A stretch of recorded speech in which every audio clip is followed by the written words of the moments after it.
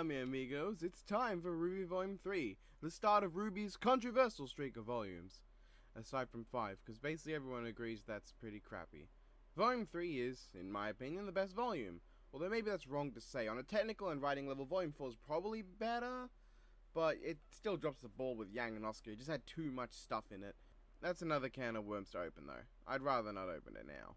Volume 3 is my favourite, probably because of all the hype, really, and I say that, it's pretty sad. And the fact this was before RWBY had this shadow of poop over it. But let's get started. Number 12. This was admittedly not the best start for the volume. In fact, I think the episodes dedicated to just the Vital Festival and what happens in it are probably the worst. New challenges exist. I mean, seriously though, these episodes are the worst. You just go watch Mediocrity 4's video on the Vital Festival tournament if you want to know why it itself is shit, but this episode is really the epitome of why. The battles are boring, they're slow, there's no tension, aside from a cool shot or funny background detail here and there, there's nothing, it's bad. I can excuse this due to Monty's unfortunate passing, but I can't with good faith recommend this episode. I mean, given how quickly they skimmed over the round 2 Juniper fight, which is a big no-no for a tournament arc, given they are the main secondary characters, I'm surprised they even bothered with this episode. In fact, maybe after seeing how bad this was and how overpowered the main Nora, they just went, yeah, let's not do that. Then there's the Sun fight, arguably better, arguably worse. It's still rubbish with an anticlimactic ending that wasn't earned. And the way they dealt with Scarlet and Sage, especially the latter, was extremely insulting. God, this episode's garbage. Number 11. New challenges was a bad start, but this bad start is actually a bad start. What the fuck am I saying? Round 1 is mainly brought down by the big chunk associated with the Vital Festival. We get a big ass exposition dump that I'm not too fond of, but at least it's not new challenges with its pausing while Nora gets violently tased, and worse off is whatever RWBY vs. Arvin was trying to achieve. I remember the hype over this team and how it dropped immediately after this episode. Bowl in his waist, Reese was the favourite and got pretty badly defeated. Nadir is totally rubbish, and the only competent member is just, I remember the people who went on about how the show is feminist due to Nadir and Bowl in this episode, and I kinda see where they're coming from, but that theory is rubbish, because all feminist theories are rubbish. I mean, just look at Crow, he's a competent male fighter. But this episode is just bad. The best part is a teeny little Cinders team who don't even get a name. Maybe they're Team Seaman. You know, the moment where they curb stomp this random generic in a biomeless field because fuck consistency. A lot of the jokes failed to hit home for me, and I had to get used to the more anime-esque visual choices. Man, the Vital Festival was pretty trashy in hindsight. So this is what happens when you put a fight in almost every episode. Number 10. Lessons Learned exists. I don't know why it exists, but it does anyway. Another Vital Festival-centric one, and another pretty boring and poorly made fight with only a few decent moments. There's so little to talk about with why this is bad, it just is. I do like winter stuff and some of RWBY and Yang with Crows, especially the latter, but I can't get past how bad this fight is, and also how stupid Coco and Yatsuhashi are. Number 9. Arguably the best of the early Vital Festival tournament episodes, never miss a beat, has an awful start but an actual decent battle. The main fight in this battle is actually quite good overall, but aside from that, the battle has little reason to be a thing. I mean, isn't Team Funky just a joke that Rooster Teeth made when an RTX one day? Number 8. Fall is great. Somewhat. Well, I'm a bit completely livid. They thought it right to make a world of remnant about the maidens and explain absolutely nothing new about them. I do like the explaining that goes on here. The maidens really opened up the world and lore of RWBY to encompass more things, and it could have been pretty great if, you know, they grew a brain and used the concept right. The Yang and Mercury fight is pretty good. I mean, it could have been better, but this should at least be the standard for most fights in the series. Number 7. This episode is where the plot truly started happening. Battle of Beacon was just a big mash of fighting and shit. And while none of the fighting is that great, the episode has plenty of good. Weiss and Blake together was great to see and decent. The dragon got its only really cool moment here by blowing the entire top of a mountain to pieces by just waking up, and even causing Glinda Goodwish to shit her incredibly powerful pants. Ironwood gets a badass moment of utterly curb-stopping this Grim, and the obliteration of this Nevermore is amazing. This episode is mindless fun, but far from the best. Number 6. PvP is the closest the tournament gets to being good.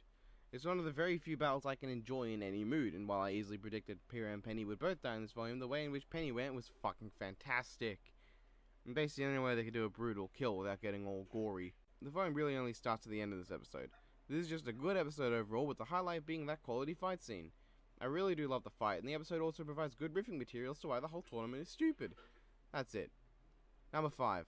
The episode is another episode just here for the fight, but given that was Volume 3's theme, what do you expect? Its Brawl in the Family is a good, tight, solid episode with a pun in the name. I like it, it's good. Crow vs. Winner was fantastic, there was good comedy, it's great, so on. Number 4. The episode in which shit really hit the fan, and it all starts with the dragon being an afterthought. Heroes and Monsters is amazing. It's probably the best episode in the volume. It is the best episode in the volume, but it's not my favorite. There's some really standout moments, and really I think the reason I have it here is just the RWBY vs. Neo and Roman fight, because this is a fantastic moment. Sure, Yang getting her arm cut off and Amber dying are oh shit moments in this Velvet scene, which, no, but, you know. Number 3. Destiny, the one episode with no fight scene. You might notice I'm a fan of those episodes that slow down a little and let us explore the characters a bit more, and this is certainly one of them. There's not a whole lot in this episode, but I really like what there is. It's one of the few times we get to explore Pyrrha as a character and not an overpowered Mary Sue. Now, I also like the Yang and Crow talking about Raven scene, and the RWBY and Velvet scene, mostly because RWBY gets to show she has actual brain cells. It's just a nice, quiet episode. I like it. Number 2. It's amazing how much I like an episode that doesn't explain nearly enough for me to care. Beginning of the End is fantastic, just for the fact that it's a villain-based episode. Villains are instrumental to a series, and when you have overarching villains instead of a new villain each episode, one must ensure they are well characterized and expanded, fleshed out and all that. No. An episode revolving around them can do just that. This episode does its best with RWBY's hokey writing. We get an explanation of how Cinder met all the people we knew at the time to be in her death harem, all aside from Neo, of course. The episode is something I want more of. More episodes revolving around the villains and exploring their characters, however shallow as a piss puddle they may be. The Maiden was cool to see, and the fight is actually pretty decent. The only flaws of this episode are there just isn't enough explored, and the Crow really shouldn't have scared them off as Cinder had half the Maiden power. Now please, give us more of this instead of making every villain as shadow as a puddle of piss. Number 1. Woo! End of the beginning is awesome. What can I say? This is the payoff I wanted from Volume 2. There's action, there's quiet character moments, there's a cliffhanger, there's all this stuff, and it's great. The Silverites have their only good moment, and it's pretty awesome. At least one to one more answers, which is rare for RWBY, because more often than not, you just scream why. The battle with Cinder and Pyrrha is one of the best fights in the series. Pyrrha's death was a legitimately sad moment that was not captured at all with Weiss getting stabbed in Volume 5, and Tai Yang is actually good in this episode. The quiet moment at the end is great, and the crazy fighting at the start is fantastic. I know people complained about Pyrrha dying, but I think that was the right climax to a character arc. She feels this is her responsibility, this is her fault. If she had taken the power earlier, she could have prevented everything.